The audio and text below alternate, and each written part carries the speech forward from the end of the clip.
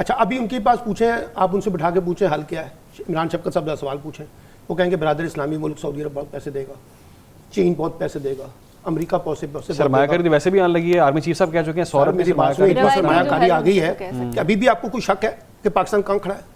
کوئی شک ہے تو بتا دیں. اگر اتنی سرمایہ کاری آ گئی تو جا کے ذرا مائک اٹھائیں, عام لوگوں سے پوچھیں ملک کے حالات کیا ہیں. تاجروں سے ملاقات کی آرمی چیف صاحب نے, تاجروں تو بیچارے ان کا تو سیاسی ایجنڈا ہوتا ہے. ہر آنے والی حکومت, ہر فوجی ماشاء اللہ کو سلام کرنے میں سب سے آگے وہ ہوتے ہیں. یہ صنعت کار جس گروپ کی بات کرتے ہیں آپ, یہ ہر فوجی والوں کو جا کے کہتے ہیں کہ سر سیاست کو لعنت بھیجیں, آپ ملک میں ماشاء اللہ لگائیں, آپ ملک کو آپ قیادت سنبھالیں, آپ سے زیادہ ذہین کوئی بندہ نہیں ہے, آپ آئیں اور قیادت کریں, ہم ملک معیشت کو آگے لے کے چلیں گے. دیکھیے معیشت کی جو ترقی ہوتی ہے, کوئی دنیا کو کوئی ملک بتائیے نا جو اس عجوبے طریقے سے معیشت ترقی کرتا ہے. اسٹرکچرل ریفارمز آپ نے نہیں کرنی, FBR کے ریفارمز آپ نے نہیں کرنی, ٹیکس نیٹ آپ نے نہیں بڑھانا, انٹرنل انویسٹمنٹ آپ نے نہیں بڑھانی, انسٹیٹیوشن آپ نے بلڈ نہیں کرنے, اکاؤنٹیبلٹی مانیٹرنگ آپ نے نہیں کرنی. اس کے بعد آپ کہتے ہیں جی ایک جادو چلے گا, پٹاری میں سے سانپ نکلے گا, معیشت ٹھیک ہو جائے گی. معیشت کبھی بجلی چوروں کو پکڑنے سے ٹھیک ہوتی ہے, کبھی معیشت جو ہے وہ گیس چوروں کو پکڑنے سے ٹھیک ہوتی ہے. معیشت کے لیے ایک انوائرمنٹ بنانا پڑتا ہے. یہ آپ نے بہت امپورٹنٹ پوائنٹ ریز کیا ہے, کریک ڈاؤن کے حوالے سے بھی بات کر لیں گے, لیکن ابھی صاحب ایک بریک لیتے ہیں. اس کے بعد عمران صاحب کا بھی موقف اس پہ لینا ہے کہ ایکسپیکٹڈ سپیچ کیا ہوگی نواز شریف صاحب کی, کیا بیانیہ وہ لے کر آ رہے ہیں. پہلے ایک بریک لیتے ہیں پھر واپس آتے ہیں. ابھی آپ کو براہ راست یہ چلیں گے MQM کے رہنما خالد مقبول صدیقی پریس کانفرنس کر رہے ہیں. ریاستوں کے لیے اس سے کہیں زیادہ بڑھ کے کام کرنے کی ضرورت ہے. بیانات مذمتی اور تعزیتی بیانات سے اب یہ مسئلہ اور حالات تبدیل ہونے والے اور رکنے والے نہیں ہیں. میں ایک بار پھر کراچی میں بسنے والے تمام لوگوں کو, چاہے وہ کوئی زبان بولتے ہو, کسی مسلک سے تعلق رکھتے ہو, کسی بھی مذہب سے تعلق رکھتے ہو, کسی بھی طبقے سے تعلق رکھتے ہو, کل آپ کو آپ پہ فرض اور آپ پہ قرض ہے کہ شہر کے ذریعے ایک حوصلہ دیں غزہ کی پٹی پہ محصور لوگوں کو. نشانے پر جو ایک پوری قوم ہے, آپ کی ایک ملت ہے, اس کے لیے کل آپ کا صرف یہاں موجود ہو جانا ایک حوصلے کے نئے باب کا اضافہ ہوگی. اور جانا چاہیے, آج یورپ میں اور امریکہ میں تو ان کے حق میں مظاہرے ہو رہے ہیں, ملت اسلامیہ میں ایسا کوئی غیرت کا مظاہرہ ہوتا ہوا نظر نہیں آیا ہے. کل کا مظاہرہ اسلامی حمیت اور ہماری قومی غیرت کا مظاہرہ ہے.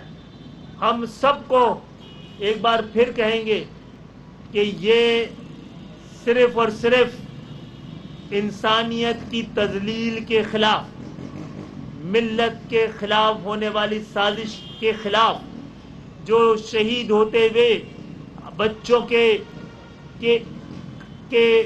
پر ہونے والے ظلم کے خلاف, فلسطین کی پکارتی ہوئی مائیں بہنیں اور بیٹیوں کے ساتھ ان کی آواز سے آواز ملانے کے لیے وہ پتھر, بندوق, توپ, گولیوں کے سامنے ہاتھ تھامے ہوئے معصوم بچے اور نوجوان, ان کے ساتھ اب ان کی آواز سے آواز ملانے کے لیے آئیے کل بعد نماز جمعہ اسی جگہ پر آئیے ہم ان کی آواز سے آواز ملاتے ہیں, ان کو حوصلہ دیتے ہیں, ان کو ہمت دیتے ہیں, ان کو بتاتے ہیں کہ ان کے دوست, ان کے بھائی, ملت, امت ان کے ساتھ کھڑی ہے.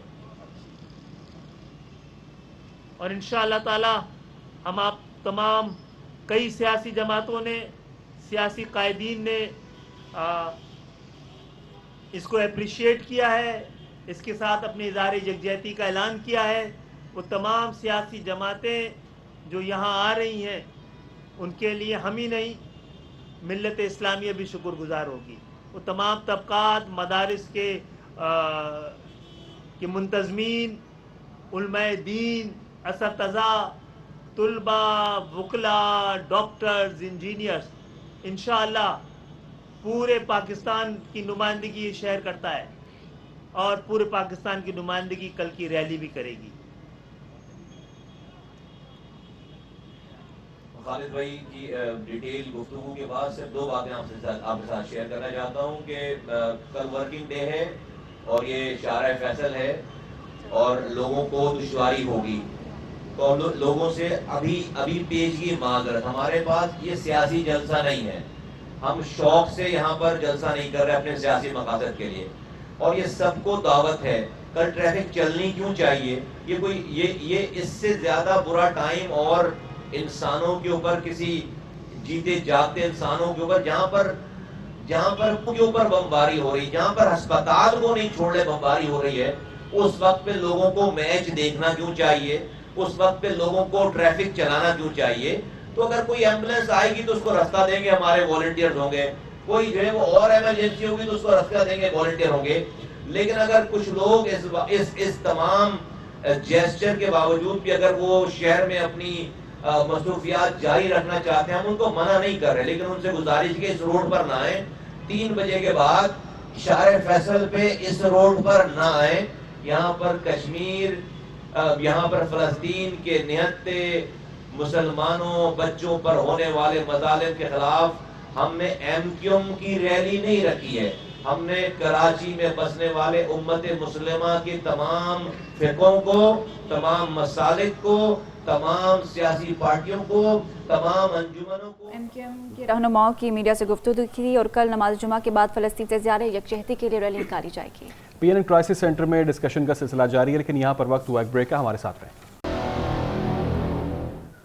السلام علیکم, آپ دیکھ رہے ہیں PNN کرائسس سینٹر. میں ہوں عبید اللہ صدیقی اور میں ہوں ہنا عادل. ناظرین, سابق وزیر اعظم میاں محمد نواز شریف سعودیہ سے دبئی سے پاکستان آ رہے ہیں, لیکن ان کے راستے میں جو قانونی مشکلات تھیں اسے آج ہلکا سا بریک لگا ہے, ریلیف ملا ہے. سوال ایسے میں یہ اٹھتا ہے کہ کیا نواز شریف جب پاکستان میں لینڈ کر جائیں گے, انتخابی مہم چلائیں گے, تو پھر چوتھی بار بھی وزیر اعظم بن سکتے ہیں؟ قانونی جنگ جیتنے کے بعد وزیر اعظم آفس کی راہ کیا ہموار ہوگی یا ابھی مزید کچھ مشکلات آنا باقی ہیں؟ مسلم لیگ نون آئندہ الیکشن جیت بھی پائے گی یا نہیں؟ نواز شریف پنجاب میں پارٹی میں نئی روح پھونک پائیں گے؟ اور ساتھ ہی ساتھ جو اندرونی اختلافات کی باتیں ہوتی ہیں, پارٹی میں سے پارٹی بننے کی باتیں ہوتی ہیں, ان تمام چیلنجز کا حل نکالیں گے. ان تمام تر معاملات کو ہم ڈسکس کریں گے. ہمارے ساتھ اسٹوڈیوز میں موجود ہیں سینئر اینکر علی حیدر صاحب. علی صاحب, thank you so much for your time. بہت شکریہ. اس کے علاوہ ہمارے ساتھ موجود ہیں سلمان عابد صاحب. سلمان صاحب, تھینک یو سو مچ, آپ مسلسل اس ٹرانسمیشن کا حصہ ہیں. اب اس سے پہلے کہ میں آپ کی طرف آؤں, ایک بریکنگ نیوز بھی ہمیں شامل کرنے کا کہا جا رہا ہے جو صبح سے ہی چل رہی ہے, ذرا لوگوں کی یادداشت تازہ کر دیتے ہیں. مسلم لیگ نون کے قائد نواز شریف کی وطن واپسی کی راہ جو ہے وہ ہموار ہو گئی ہے. اسلام آباد ہائی کورٹ نے سابق وزیر اعظم کو العزیزیہ اور ایون فیلڈ ریفرنس میں گرفتار نہ کرنے کا حکم دیا ہے. ادھر احتساب عدالت نے بھی توشہ خانہ کیس میں نواز شریف کے وارنٹ گرفتاری معطل کر دی ہیں. جی ہاں, یہ اب تک کی اہم ترین خبر ہے جو ہم شیئر کر رہے ہیں. احتساب عدالت توشہ خانہ کیس میں نواز شریف کے وارنٹ گرفتاری جو ہیں وہ معطل کر دیے گئے ہیں. تو جناب, مسلم لیگ نون کے رہنما عطا اللہ تارڑ نے کہا ہے کہ نواز شریف اسلام آباد آئیں گے, پھر قانونی مشاورت کے بعد وہ لاہور جائیں گے. لاہور کا جلسہ اپنے مقررہ وقت پر ہوگا. انہوں نے کہا کہ حفاظتی ضمانت ملنے کا طریقہ کار یہی ہے, ہمیں کوئی out of the way relief نہیں ملا. وہ اسلام آباد ہائی کورٹ کے باہر میڈیا سے گفتگو کر رہے تھے. انہوں نے کیا کہا ہے, سن لیتے ہیں.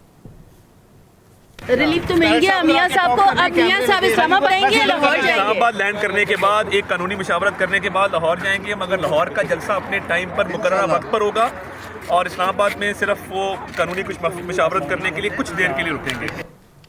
کچھ دیر کے لیے اسلام آباد میں رکیں گے اور اس کے بعد پھر لاہور آئیں گے. مینار پاکستان پر جلسہ ہوگا. عدالتوں سے ایک ریلیف ملا ہے, پھر عدالتوں کے سامنے پیش ہو کر سرنڈر کریں گے. یقیناً اس سے زیادہ خوبصورت کیا استقبال ہو سکتا تھا ان کا جو تیاریاں ہیں, یعنی مسلم لیگ نون کے اینڈ پہ ظاہری طور پہ. باقی تو سب کچھ آؤٹ آف دی وے نہیں ہو رہا تھا. تارڑ صاحب یہی کہہ رہے ہیں. یہی بات علی حیدر صاحب سے پوچھ لیتے ہیں, یقیناً وہ بھی یہی رائے رکھتے ہوں گے. آؤٹ آف دی وے تو کچھ بھی نہیں ہوتا کسی کے لیے بھی, ہر چیز سوچ کے پلان کر کے ایک نقطے کو دوسرے سے ملا کے پھر ہی ہوتی ہے نا. دیکھیے, پہلے میں آپ سے اجازت یہ چاہوں گا صدیقی صاحب کہ ہم نے بات کرنی ہے یا سچ بات کرنی ہے. آپ دیکھ لیں آج کل گنجائش کس کی زیادہ ہے بات کی, بات کریں, پھر آپ وہی کریں, وہی کرتے ہیں. لیکن پھر بھی اپنی یوں کہہ لیں کہ صحافتی عادت سے عابد صاحب مجبور ہو کے مطابق جتنا مجھے کتنے کو گنجائش مل گئی, گنجائش آپ سے میں نے ہنا سے لے لی ہے. دیکھیے, عرض یہ ہے کہ آپ نے کہا آؤٹ آف دا وے, یہ جو کچھ بھی ہے میاں صاحب کی واپسی, بلکہ میاں صاحب کا جانا آؤٹ آف دا وے تھا. ہاں جی, میاں صاحب کا آنا آؤٹ آف دا وے ہے, میاں صاحب کا وہاں رہنا وہ آؤٹ آف دا وے تھا. پہلی بات تو یہ ہے کہ ہمارے ملک میں ہمیں صحافی ہوں, سیاستدانوں میں پتہ ہی نہیں کہ وے ہے کیا. So when we don't know, جب ہمیں پتہ ہی نہیں کہ راستہ یہ ہے, تو پھر ہر چیز آؤٹ آف دا وے. یہاں پہ دیکھیے, میرے خیال میں یہ خبر تو پرانی ہو گئی کہ میاں صاحب واپس آ رہے ہیں, وہ تو اعلان انہوں نے کر دیا تھا. خبر یہ ہے کہ ان کے آنے سے پہلے جو لیول پلینگ فیلڈ صرف ان کے لیے لیول کر دی گئی ہے ہر طرح سے, عدالتی محاذ پہ دیکھا جائے یا کچھ ایسی اور بھی چیزیں ہیں اور بھی جگہیں ہیں جہاں کا نام میں نہیں لے سکتا, لیکن ان محاذوں پہ دیکھا جائے تو جو میاں صاحب کو بالکل چیزوں کو لیول کر کے دیا گیا ہے, ایسا لگ رہا ہے شاید کہ جو ایک غلطی ہوئی تھی 2016-17 میں, sorry to interrupt, Nihal Hashmi صاحب نے بھی نہیں تھا. یہ دیکھیں یہ تو ہوتا ہے, بات تو سچی بات کی طرف جا رہی ہے. نہیں باقی آدھا سچ جو ہے وہ نہال ہاشمی صاحب سے بھی پوچھتے ہیں نا, سمجھتے ہیں. نہال ہاشمی صاحب thank you so much for your time. ہم میاں محمد نواز شریف صاحب کی واپسی کے جو معاملات ہیں ان کو ڈسکس کر رہے ہیں. علی حیدر صاحب کی رائے آپ کے سامنے ہے. یہ آؤٹ آف دی وے نہیں ہے یقینی طور پر, آپ سمجھتے ہیں کہ یہ سب کچھ ایسے ہی ہونا تھا, یہ طے کہاں ہوا کہ ایسے ہونا تھا؟ بسم اللہ الرحمن الرحیم. حیدر صاحب بڑے صحافی ہیں, وہ جو بھی کمنٹس دیں احترام ہے, مگر میں سمجھتا ہوں کہ میڈیا ہاؤسز کو, میڈیا پرسنز کو چاہیے کہ جو پاکستان کی سیاسی قیادت ہے اس پہ اگر آپ کے پاس مبینہ ثبوت ہے تو آپ بتائیں کہ یہاں پہ طے ہو گیا تھا, اور اگر نہیں ہے تو پھر یہ آپ پتہ ہے یہ ملائن کرنے والی بات ہوتی ہے. آئین پاکستان کے, یہ میرے پاس سامنے کتاب رکھا ہوا ہے, آرٹیکل 10A کہتا ہے فیئر ٹرائل, اور میں ایک پریکٹسنگ وکیل ہوں, یہ ہر روز ہم ہفتے میں 2-1 بار تو میں پروٹیکٹیو بیل لے ہی لیتا ہوں, تو یہ ان کا رائٹ ہے, یہ کوئی نئی چیز نہیں ہے. پروٹیکٹیو بیل کے بعد وہ جائیں گے عدالت میں, اور ان کا ایک 426 کا ایک بیل اپلیکیشن آلریڈی ہے اپیل کے ساتھ. اگر اس کو عدالتیں آزاد ہے, حیدر بھائی نے کہا کہ عدالتوں سے سیٹنگ ہو گئی, نہیں, قاضی فائز عیسیٰ کے رہتے ہوئے عدالتوں میں کوئی سیٹنگ نہیں ہو سکتی, یہ میں آپ کو گارنٹی کرتا ہوں.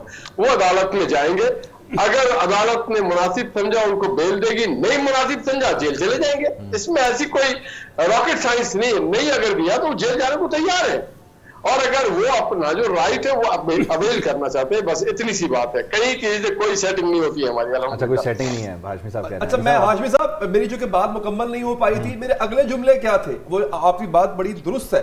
آؤٹ آف دا وے جب میں نے ذکر کیا تو جو 2016 میں یا 17 میں میاں صاحب کو نکالا گیا تھا, یقین کیجئے وہ بھی آؤٹ آف دا وے تھا. اس کے بعد ہاں آپ نے فرمایا عدالتوں میں سیٹنگ نہیں ہوتی ہے. سر جو پیناما کیس 450 لوگ جن کے خلاف یا جن کے حوالے سے پیناما کے جو لیک ہوئی تھی ان کے خلاف کچھ نہیں ہوا, صرف میاں صاحب کے خلاف ہوا. سر تو اس سے بڑی سیٹنگ اور کیا ہو سکتی ہے جو چشمے فلک نے دیکھی ہو؟ بس وہ طے یہ کرنا ہوتا ہے کہ سیٹنگ کس وقت میں کس کے ساتھ ہونی ہے. اصل مسئلہ یہ ہے آج بھی سلسلہ کہیں نہ کہیں جاری ہے. حیدر بھائی اگر آپ اجازت دیں, آپ کے ساتھ بہت احترام, آپ بڑے سیزن صحافی ہیں. وہ 2017 اور 16 میں جو عدالت تھی وہ ثاقب نثار کی تھی.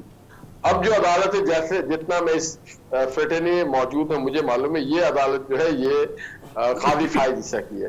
یقیناً قوموں کی تاریخ میں ہمیں اپنی غلطیوں سے سیکھنا چاہیے. اگر 2016-17 میں, اور اس کے پیچھے بھی ایک انٹرنیشنل کانسپریسی تھی کہ سی پیک کو کیسے روکا جائے, پاکستان کی معیشت کو کیسے سٹاپ کیا جائے. اس وقت انڈیا کی جی ڈی پی کیا تھی, انڈیا کی ریزرو کیا تھے, یہ ساری چیزیں مد نظر رکھنا ہوگا, اور ہمیں دیکھنا ہوگا کہ کون لوگ گوادر کو ڈسٹیبلش کرنا چاہتے تھے.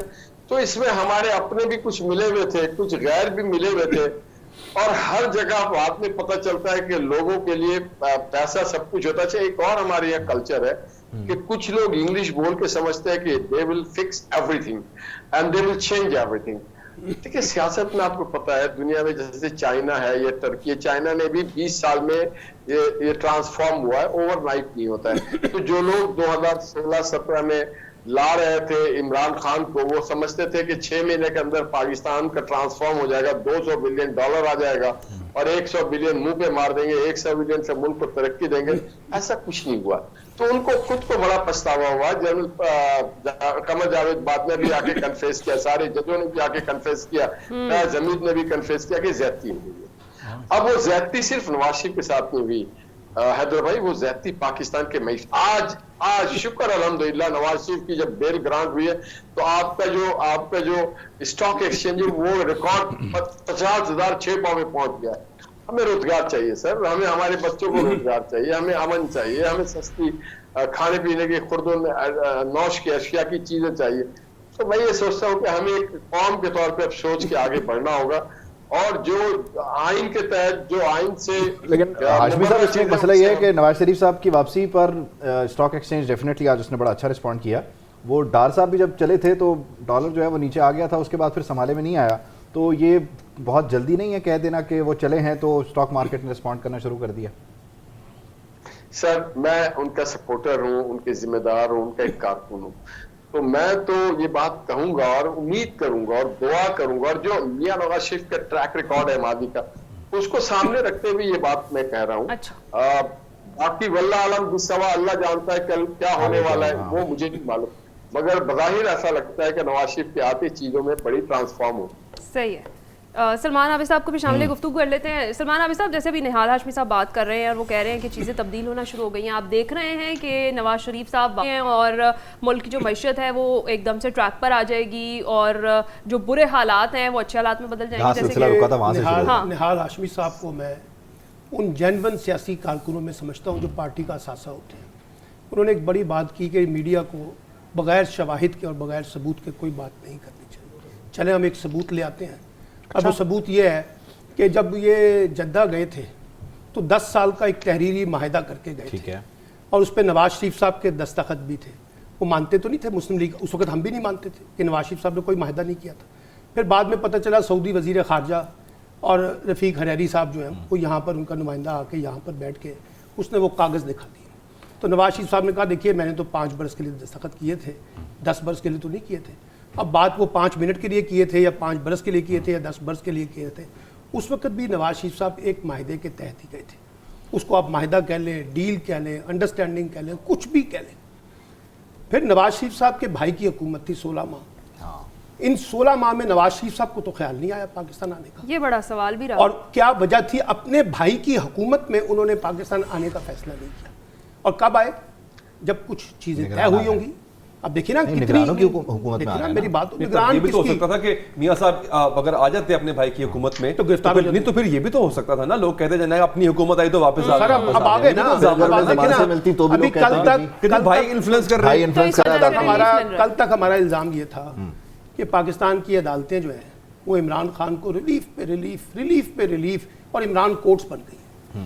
اب کل آپ نے شاندار مظاہرہ نہیں دیکھا, ایسے درخواست گئی, ایسے ڈائری نمبر لگا, جی ٹھیک ہے نا, ایسے ڈائری نمبر لگا, ایسے جناب کورٹ بیٹھ گئی, ایسے فیصلہ آ گیا, ایسے سب کچھ ہو گیا. تو وہ بات جو علی نے کی ہے یہ سارا ایک ارینجمنٹ ہوتا ہے. ولن بدل جاتے ہیں, کریکٹر بدل جاتے ہیں, ہیرو بدل جاتے ہیں. ابھی ایک بات جو ہاشمی صاحب نے کی تھی نا کہ وہ کورٹ کسی اور کی تھی, کسی اور کی. دیکھیں میں بڑے انتہائی ادب سے اور بڑے محتاط جملہ کہہ دوں گا, پھر آپ کیری کر لیجیے گا. عدالت یا عدالتیں اگر چیف جسٹس کی ہوتی تو بھٹو کا بھی پھانسی نہ لگتا. ٹھیک ہے, بالکل. عدالتیں آنریبل چیف جسٹس کی ہمارے ملک میں انفارچونیٹلی ابھی تک نہیں ہوئی. ابھی کا میں نہیں کچھ کہتا, لیکن ماضی تو یہ بتا رہے ہیں. چلیں خیر, ایک ہم نے جو نواز شریف صاحب کی رخصت ہے اس کی ذرا لوگوں کو یاد دہانی کروا دیتے ہیں کہ وہ کیوں گئے تھے اور کیا اس وقت حالات تھے, کیا معاملات تھے. تو 2019 میں کا پاکستان سے جانا, لندن میں علاج, اس پر ذرا ایک تفصیلی ہماری تیاری ہے, وہ ذرا آپ دیکھیں پھر واپس آتے ہیں. خیر, میاں محمد نواز شریف صاحب کن حالات میں گئے, کیا بیماری تھی, کیا معاملات تھے, ان کا علاج ہوتا رہا, وہاں ان کی کیا ایکٹیویٹیز رہیں, سب پر آپ نے اس رپورٹ میں تفصیلی طور پر جان لیا. ہم ذرا ڈسکشن کو آگے بڑھاتے ہیں. مسئلہ یہ نہیں ہے کہ آؤٹ آف دی وے ہے, ارینجمنٹ ہے, نہیں ہے. اب چلیں, کسی بھی سیاسی شخصیت کو سیاسی میدان سے باہر ہونا نہیں چاہیے, بالکل کوئی بھی ہو, وہ کوئی بھی ہو. یہ تو ایک چیئرمین تحریک انصاف, وہ میاں نواز شریف, اتنا سچ ہم بول لیتے ہیں. ٹھیک ہے. میں ایک بات بتاؤں صدیقی صاحب, اس سے پہلے رسپیکٹیبل نہال ہاشمی صاحب بات کر رہے تھے. سر دیکھیں, معیشت اچھی ہونی چاہیے, کوئی شک نہیں, سب سے کور بھی کسی ملک کا یہی ہوتا ہے. لیکن سر اس ملک میں جمہوری فیصلے آزاد ہونے چاہیے. ہمارے سیاستدانوں کو مطلب ایگزیکٹلی اس پورے ٹرموائل سے جس طرح آج چیئرمین تحریک انصاف گزر رہے ہیں, میاں صاحب گزر چکے ہیں, ایک دفعہ نہیں 3 دفعہ گزر چکے ہیں, ان سے زیادہ کسی نے نہیں سہا ہوا اس پورے فیاسکو کو. میاں صاحب کی جماعت سے یہ ایکسپیکٹ کرنا کہ چیزوں کو جو ہے وہ اپنے ہاتھ میں وہ نہیں رکھیں گے, فیصلوں کو اپنے ہاتھ میں نہیں رکھیں گے, اور جس بیساکھی کا الزام لگتا رہا ہے عمران خان پہ, چیئرمین تحریک انصاف پہ, اس بیساکھی, چلو دونوں بیساکھی نے کم سے کم ایک تو چھڑی پکڑی ہوئی ہے. اب ہاں ہاشمی صاحب کہیں گے اس کا ثبوت دکھائیں. ان چیزوں کے ثبوت نہیں ہوا کرتے, یہ چیزیں اپنے آپ بول رہی ہوتی, یہ حالات اپنے آپ آگے جا کے آ جاتی ہیں سامنے. میں ذرا اسی چیز کو ذرا نہال ہاشمی صاحب کی طرف لے کے چلتا ہوں. ہاشمی صاحب آپ گفتگو تو سن ہی رہے ہیں, میں ذرا آپ سے سمجھنا چاہ رہا ہوں کہ 3 بار سارا کچھ جو بھی میاں محمد نواز شریف صاحب کے ساتھ ہوا, سارا آپ کہہ لیجیے معاملات سب کے سامنے ہیں. یہ خاص طور پر پاناما کے بعد پھر وہ احتساب کا بیانیہ, جی ٹی روڈ کا کاروان, اس میں آپ نے بھی کچھ باتیں کی, آپ کی طرف بھی معاملات آئے, طلال چودھری, دانیال عزیز وغیرہ. اب جو آپ لوگوں کی واپسی ہو رہی ہے, ٹھیک ہے ارینجمنٹ نہیں ہے, لیکن اب آپ پہلے سے کتنے مختلف ہیں, کیا کچھ سیکھا ہے نیا مزید اس 2017 سے آنورڈ آپ نے جو آپ اب نہیں کریں گے اگر آپ کو حکومت ملی تو؟ ہر روز آدمی سیکھتا ہے اور ہم بھی سیکھ رہے ہیں, آپ سب, ساری دنیا سیکھتی ہے. تو ہم نے واقعی بہت کچھ سیکھا ہے, اور آپ کے توسط سے میں ان کو بھی بتانا چاہتا ہوں جو لوگ بعد میں سیکھتے ہیں کہ خدا را آپ بھی ساتھ ہی ساتھ سیکھ لیں تو زیادہ بہتر ہوگا ریاست کے لیے اور ملک کے لیے. صرف ہمارے سیکھنے سے نہیں ہوتا ہے, آپ سمجھ رہے ہوں گے. نہیں, اس بار وہ سیکھے ہیں تو آپ آ رہے ہیں, یا آپ آ رہے ہیں تو وہ پھر آپ کے ساتھ مل کے سیکھیں گے؟ ذرا یہ بھی تھوڑا سا فرق کر دینا ہمارے لیے, رہنمائی فرما دیں, آپ سینئر ہیں. محمد نواز شریف صاحب جب انہیں سزا دے دی گئی تھی تو لندن سے سزا سننے کے بعد آئے تھے اپنی بیٹی کا ہاتھ پکڑ کے, اور اڈیالہ جیل چلے گئے. پھر آپ دیکھیں کہ ابھی علاج کی بات ہو رہی تھی, محمد نواز شریف صاحب تو نہیں, ان کی بیوی کو اپنی جان دے کے یہ اسٹیبلش کرنا پڑا کہ ہاں میں بیمار تھی. تو لوگ جب ہماری یہاں ایک پچھلے دن میں کلچر باز میڈیا اور باز سوشل میڈیا نے اس کو بڑا بےہودہ طریقے سے استعمال کیا, خواہ وہ کوئی بھی ہو, دنیا کا کوئی شخص ہو, اگر وہ بیمار ہے یا اس کے گھر میں کوئی آفت آ گئی ہے تو ایز اے انسان ہمیں چاہیے کہ ہم اس کے ساتھ اظہار یکجہتی کریں. تو میں یہ سمجھتا ہوں یہ بیماری والی بات تو اپنے طرف حقیقت مسلمہ ہے, مگر میں یہ سمجھتا ہوں کہ پاکستان کو اب میچیورٹی کی طرف جانا چاہیے. ہم تجربہ گاہ نہیں ہے. دیکھیے انڈیا اب تجربہ گاہ نہیں, جس کا کام ہے اس کو کرنے دو, حقدار کو اس کا حق دے دو. میں اپریشیٹ کرتا ہوں جو میڈیا اگر ہمارے ساتھ تنقید نہ کرے تو پھر تو ہم آگے نہیں بڑھیں گے, پھر تو ہم شاید فسطائیت کی طرف چلے جائیں. آپ کا بھی کردار بہت اہم ہے, اسی طرح سیاست دانوں کا بھی, بزنس کمیونٹی کا بھی, بیوروکریسی کا بھی, اسٹیبلشمنٹ کا بھی, جو ہماری جوڈیشری, ہم سب کو اپنے اپنی غلطیوں سے سیکھنا چاہیے. اور اگر ہم نہیں سیکھیں گے تو آنے والی نسلوں کو ہم کیا. میاں صاحب نے سیکھا, اور اسی وجہ سے آپ نے دیکھا ہوگا جب آصف زرداری صاحب ریٹائر ہو کے جا رہے تھے اپنے ایوان صدر سے, تو پہلی بار انہوں نے روایت قائم کی کہ ان کو سی آف کے لیے لانچن دیا. اسی طرح جب یوسف رضا مسئلہ سیاسی قوتوں میں تو آتا ہی ہے نا, وہ جن کا آپ نے نام نہیں لیا اور ان کے بارے میں بات کی کہ اللہ کرے وہ سیکھ جائے, مسئلہ تو وہاں پہ آ جاتا ہے. خیر میں اس سوال کا جواب میں آپ سے لیتا ہوں, ہمیں ایک بریک لینے کا کہا جا رہا ہے, ہم ایک کوئک بریک لیتے ہیں, بریک کے بعد واپس آتے ہیں, پھر آپ سے اس پہ جاننے کی کوشش کرتے ہیں کہ ان کو بھی آپ ڈنر لنچ دیں گے یا بریک کے بعد. Welcome back to crisis centre. گفتگو کا سلسلہ جاری ہے. تو جناب, مسلم لیگ نون کے قائد اور سابق وزیر اعظم نواز شریف کی سیاسی زندگی نشیب و فراز کا شکار رہی. 3 مرتبہ وزیر اعظم بننے کے باوجود ایک بار بھی مدت پوری نہ کر سکے. انہیں 2 مرتبہ جلاوطنی بھی جھیلنی پڑی ہے. اس حوالے سے ہم نے ایک رپورٹ تیار کیا, یہ دیکھ لیتے ہیں. 4 سال بعد واپس آ رہے ہیں. اب نہاد ہاشمی صاحب, میں ذرا پوچھنا یہ چاہ رہا ہوں کہ جیسے میں نے پہلے بھی آپ سے سوال کیا تھا کہ یہ نواز شریف صاحب کون سے والے واپس رہے ہیں, وہ جو 99 میں نکالے گئے, وہ جو 2013 میں آئے, یا وہ جو 2017 میں نکالے گئے, ان تینوں میں سے کون سے نواز شریف صاحب واپس آ رہے ہیں؟ کیونکہ یہ وقت کے ساتھ بدلے ہوئے نواز شریف تھے, یا اس بار ٹوٹلی ایک برانڈ نیو نیا ماڈل ہے نواز شریف صاحب کا جو آ رہا ہے؟ آپ کو جو والے نواز شریف پسند ہے آپ اسی پہ تصور کریں.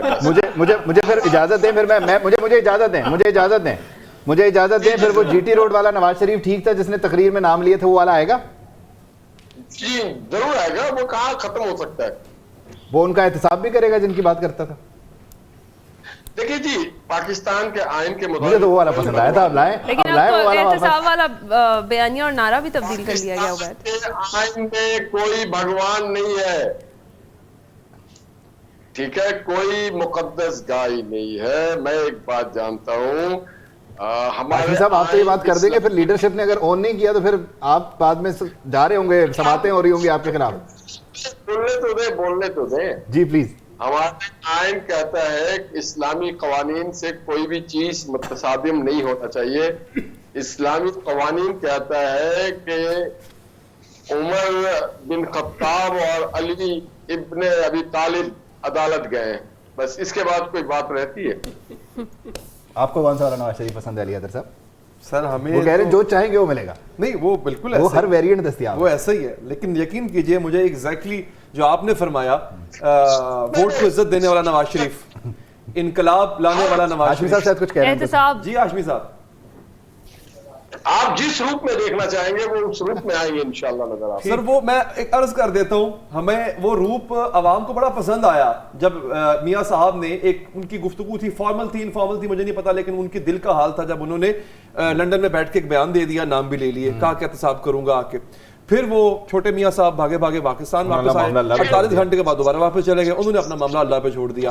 اب سلمان بھی بہت دکھ ہوتا ہے, ارے یار اللہ سے ڈرا کرو یار, انسانوں سے جب ڈرتے ہیں تو اسی لیے اسرائیل ہمیں ٹھوک رہا ہے, اسرائیل ہمیں ٹھوک رہا ہے, اسی وجہ سے ٹھوک رہا ہے کہ آپ انسانوں سے ڈرتے ہیں یار. آپ مجھے کہہ رہے ہیں میاں صاحب کو کہہ رہے ہیں مت ڈرا کرو, کھل کے بات کیا کرو. ہاشمی صاحب ملازمت نہیں کرو. ہاشمی صاحب میں ایک بات جملہ آپ کے لیے کہوں سر, اگر اجازت ہو سر, یقین کیجئے ایک جملہ آپ کے لیے سر. میں نے میری صحافتی تاریخ میں آپ جیسا دبنگ بولنے والا, آپ جیسا سچ بولنے والا اور چیزوں کو صحیح پرکھنے والا, آج آپ جس مصلحت کے تحت بھی بات کر رہے ہیں مجھے نہیں پتا, لیکن مجھے اتنا پتا ہے جو نہال ہاشمی میں سامنے اسکرین پہ دیکھ رہا ہوں وہ اور ہے, جو اندر سے دل سے اب ہے نا وہ اور ہے. نہال ہاشمی کو سب پتا ہے, علی حیدر کو بتانے کی ضرورت نہیں ہے, نہال ہاشمی سب جانتے ہیں, اور وہ سب ان کو پتا ہے کہ نواز شریف کس ابھی بھی مشکل میں ہے. نواز شریف کو ریلیف نہیں ملا, وہ ابھی بھی مشکل میں ہے, وہ کس مشکل سے لائے جا رہے ہیں, میں یہ نہیں کہہ رہا وہ آ رہے ہیں, وہ کس مشکل سے لائے جا رہے ہیں یہ بھی نہال ہاشمی کو پتا ہے, وہ کیوں لائے جا رہے ہیں یہ بھی نہال ہاشمی کو پتا ہے. یوں کہہ لیجیے کہ نواز شریف نہیں, پارلیمنٹ مشکل میں ہے, جمہور مشکل میں ہے, آئین پاکستان مشکل میں ہے, پاکستان کی ترقی مشکل میں ہے, نوجوانوں کا مستقبل مشکل میں ہے. ریاستیں ایسے نہیں چلتی میرے بھائی, ریاستیں چلانے کا کوئی طور طریقہ ہوتا ہے, کہ نارمز ہوتا ہے, ایسے ریاستیں نہیں چلتی. وہ جو ڈونلڈ ٹرمپ ہے وہ بڑا چیمپئن بنتا تھا, آج وہ بھی بھگت رہا ہے جو اس کو بھگتنا چاہیے. لیکن بات یہ ہے بادشاہت نہیں ہے. نہال ہاشمی صاحب آپ نہال ہاشمی صاحب آپ ٹھیک کہہ رہے ہیں کہ ملک ایسے نہیں چلتے, ریاستیں ایسے نہیں چلتی, ادارے ایسے نہیں چلتے. ہم نے تو 3 دور نواز شریف صاحب کی بھی دیکھے ہیں جس طرح سے چلائے گئے تھے, اداروں سے ٹکراؤ, عدلیہ سے محاذرائی, میڈیا سے محاذرائی, کس جگہ پہ محاذرائی نہیں کی آپ نے. ہر کوئی نارکی سے ٹکراؤ نہیں, پرائم منسٹر کو جو اختیار ہے اسے اختیار کرنا چاہیے, وہ پاور جو آئیں وہ پرائم منسٹر پہلے معاملات کو پہلے. اچھا نہال ہاشمی صاحب ذرا, اچھا نہال ہاشمی صاحب ڈومین سے باہر جاتے ہیں وہ غلط کرتے ہیں. اچھا اب مسئلہ یہ ہے نا, اب مسئلہ یہ ہے نہال ہاشمی صاحب جب پرائم منسٹر آنے ہوتے ہیں اس وقت وہ سارے معاملات طے کر کے آتے ہیں, اور پھر جب وہ کرسی پہ بیٹھ جاتے ہیں تو پھر ان کو انقلاب اور جمہوریت کا وہ درد شروع ہو جاتا ہے. پہلے تو معاملات طے کر کے آتے ہیں نا, میں نے تو نہیں طے کرنے, معاملات وہی طے کرتے ہیں. خدا کو مانے پرائم منسٹر کو اتنا چھوٹا آدمی اور اتنا تھرڈ کلاس آدمی نہ بنائے کہ ٹکے ٹکے کے لوگ پرائم منسٹر کو ڈرائیں. کیا یہ ڈیم بنانا یا روڈ بنانا, یہی بات تو آپ نواز شریف صاحب کو بھی سمجھاتے نا, یہی بات نہال ہاشمی صاحب, یہی بات چیف جسٹس کہتا ہے کہ میں ایم پی ایس سے ریزائن کروا دوں گا. نہال ہاشمی صاحب یہی باتیں آپ شہباز شریف صاحب کو بھی سمجھاتے نا, جو کہتے ہیں کہ 30 سال کا میرا تعلق ہے اسٹیبلشمنٹ کے ساتھ, بہت اچھا تعلق ہے اور مجھے بڑا فخر ہے, اسٹیبلشمنٹ میرے ساتھ ہے, میں ان کے ساتھ ہوں. یہ بھی تو آپ ہی کی پارٹی کے صدر کہہ رہے ہیں, میں تو نہیں کہہ رہا. تعلق ہے میرے بھائی, تعلق ہونا کوئی بڑی بات نہیں, میرا تو ضرور. وہ تعلق سے مراد یہ ہے کہ اقتدار کیسے ملتا ہے, ایک تعلق سے مراد یہ ہے کہ اقتدار کیسے ملتا ہے, لینا دینا کیسے طے ہوتا ہے. یہ تو دیکھیں نا رانا ثناء اللہ صاحب نے, سنیں نہال صاحب, رانا ثناء اللہ صاحب نے اور خواجہ آصف نے ٹی وی پروگرام میں اعتراف کیا کہ ہمیں کہا گیا تھا ہم عمران خان سے جان چھڑانا چاہتے ہیں, آپ پنجاب دیتے ہیں, آپ ہمارے ساتھ سہولت کاری کریں, اور ہم نے سہولت کاری کی. یہ خواجہ آصف کا ریکارڈ کا بیان ہے.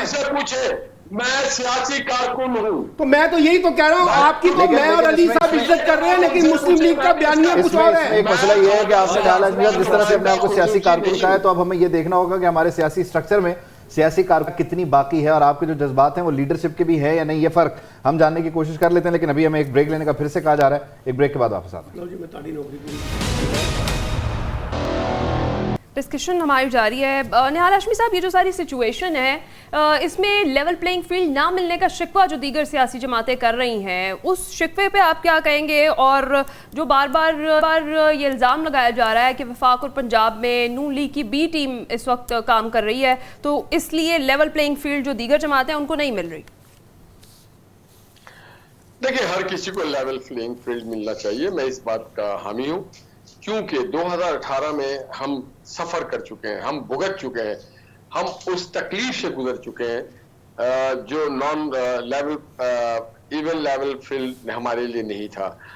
ہمیں اندازہ ہے کہ 2018 میں ہم سنگل لارجسٹ پارٹی تھے پنجاب کے, مگر جہاز میں بھر بھر کے لائے جا رہے تھے ایم پی ایز اور کسی اور جگہ جمع کرائے جا رہے تھے. ہمیں اندازہ ہے اس چیز کا. تو ہم کبھی جو تکلیف سے ہم گزرے ہیں وہ ہم تکلیف کسی اور کو نہیں دینا چاہتے ہیں. مگر کوئی اگر خود آئے اور کہے آ بیل مار سنگھ, تو ہم اس کو روک بھی نہیں سکتے. ہم اس بات کا حامی ہیں, ہم ہیں اس بات کے حامی کہ آپ ہر کسی کو لیول فیلڈ دیں, سب کے ساتھ فری اینڈ فیئر ٹرانسپیرنٹ ہونا چاہیے. اور میں الیکشن کمیشن سے بھی امید رکھتا ہوں, انٹرم گورنمنٹ سے بھی امید رکھتا ہوں کہ یہ کرے گی. اب بی ٹیم سی ٹیم ہر کوئی کہتا ہے ایک دوسرے کو, ہر کسی کا اپنا رائٹ ہے کہنے کا, مگر ریسٹ ایشور جو انٹرم گورنمنٹ ہے وہ انٹرم گورنمنٹ ہے, وہ کسی پارٹی کی گورنمنٹ نہیں ہے. تو بی اور سی کا کوئی سوال نہیں. ہاشمی صاحب ہمیں اس کو کنکلوڈ کرنا ہے, میں ذرا جلدی سے علی حیدر صاحب کا بھی پوائنٹ اس پہ لیتا ہوں. علی حیدر صاحب, یہ نہال ہاشمی صاحب کی جو رائے آپ کے سامنے ہے کہ لیول پلینگ فیلڈ سب کو ملنی چاہیے, یہ نہال ہاشمی صاحب نے خود بھی اپنے پچھلے جواب میں کہا میں سیاسی کارکن ہوں, تو یہ سیاسی کارکن کی تو رائے ہے. لیڈرشپ تو کہتی تھی کہ ریورس کرو پلڑے وہ, وہاں تو لیول پلینگ فیلڈ کا تصور نہیں ہے. کوئی بھی نہیں چاہتا عبید صاحب لیول پلینگ فیلڈ, وہ چاہتا ہے ہاں لیول پلینگ فیلڈ انہی کے لیے ہونی چاہیے. آپ دیکھ لیں چیئرمین تحریک انصاف جب گرفتاری سے بہت پہلے جب نئے نکالے گئے تھے, تقاریر کیا کرتے تھے, اپنی غلطی کو سدھارو, نیوٹرل مت رہو, میرے ساتھ رہو, قیامت کے دن جواب دینا پڑے گا. اسلام کو بیچ میں, اسلامی ٹچ لے کے آ گئے تھے بیچ میں, تو ان کو بھی چاہیے تھی لیول پلینگ فیلڈ اپنے طرز کی, باقی جماعتوں کو بھی اپنی طرز کی چاہیے ہوتی ہے. تو ابھی اگر کیا ہو رہا ہے, دیکھیں کون سا دور ایسا نہیں رہا صدیقی صاحب جب لاڈلے نہ ہوں ہمارے سسٹم میں. لاڈلے رہے, آج نواز شریف ہوں گے, اس سے پہلے خان صاحب تھے, اس سے پہلے پھر نواز شریف تھے, کبھی تھا کبھی نہیں تھا. تو میں سمجھتا ہوں اگین اگر ہم اس کی نیٹی گریٹی میں جائیں فائدہ نہیں ہے, اس کو میکرو لیول پہ دیکھیں. ایک اسکرپٹ ہے, ایک سٹیج ہے, عمل ہو رہا ہے, ہم کردار ہیں, کردار بدلتے رہتے ہیں, اسکرپٹ سیم رہتا ہے, مووی ڈائریکٹر جو ہے وہ اسٹیون سپیلبرگ ہی ہے. اتنا ہی میں کہوں گا. خیر عابد صاحب, سلمان عابد صاحب, آپ کی کیا رائے ہے؟ ان کرداروں کے آگے پردہ پڑے گا یا کیا ہوگا, کہانی ختم ہوگی کہیں نہیں؟ کافی حد تک ایکسپوز ہو چکے ہیں. آپ جائیں ذرا باہر نکل کے لوگوں سے پوچھیں نا, وہ آپ کو بتا دیں گے کہ پاکستان کے اندر کیا ہو رہا ہے. لیکن کردار بڑے طاقتور ہیں, مضبوط ہیں, اس لیے ابھی تک ذرا تھوڑا مسئلہ آ رہا ہے. لیکن مسئلہ یہ ہے کہ اس طرح سے پاکستان کا ریاستی نظام نہیں چل سکتا. جیسے ابھی نہال ہاشمی صاحب نے کہا تھا نا کہ اگر آپ نے آگے بڑھنا ہے تو آپ کو آئین کو بنیاد بنانا پڑے گا, قانون کو بنیاد بنانا پڑے گا, جمہوریت کو بنیاد بنانا پڑے گا, ورنہ ایسے ملک چل ہی نہیں سکتے جس طرح سے آپ چلانے کی کوشش کر رہے ہیں. ایک اہم خبر بھی ہے وہ شامل کر لیتے ہیں. کراچی کے علاقے لیاری میں غیر قانونی عمارت گرانے کے عدالتی حکم پر Sindh building control authority in action ہے. جی ایس بی سی اے نے عمارت کے مالک کو نوٹس جاری کر دیا ہے اور آپ کو اپڈیٹ کر رہے ہیں اس خبر کے حوالے سے کہ لیاری میں غیر قانونی عمارت جو ہے اس کے حوالے سے قانونی کارروائی جو ہے وہ عمل میں لائی گئی ہے. محمد سلمان ہمارے نمائندے ساتھ ہی موجود ہیں, ان سے جان لیتے ہیں کیا تفصیلات ہیں. جی محمد سلمان, کیا تفصیلات ہیں؟ جی بالکل, یہ لیاری کا علاقہ ہے جہاں پر مرزا اعظم خان روڈ پر جو ہے وہ 90 گز کے جو پلاٹ تھے اس پر 7 منزلہ عمارت تعمیر ہوئی تھی. کورٹ نے جو ہے وہ اس پہ عدالتی حکم ہوا ہے کہ اس کے خلاف جو ہے فوری طور پر جو ہے وہ ایکشن لیا جائے. ایس بی سی کو جیسے یہ حکم ٹھیک ہے, محمد سلمان ہمیں اپڈیٹ کر رہے ہیں. تو یہ جو مالک مکان ہے یہ بھی اپنی عمارت خالی کرنے کو تیار نہیں ہے. نہال ہاشمی صاحب, آپ نے وقت دیا, آپ کا بہت شکریہ.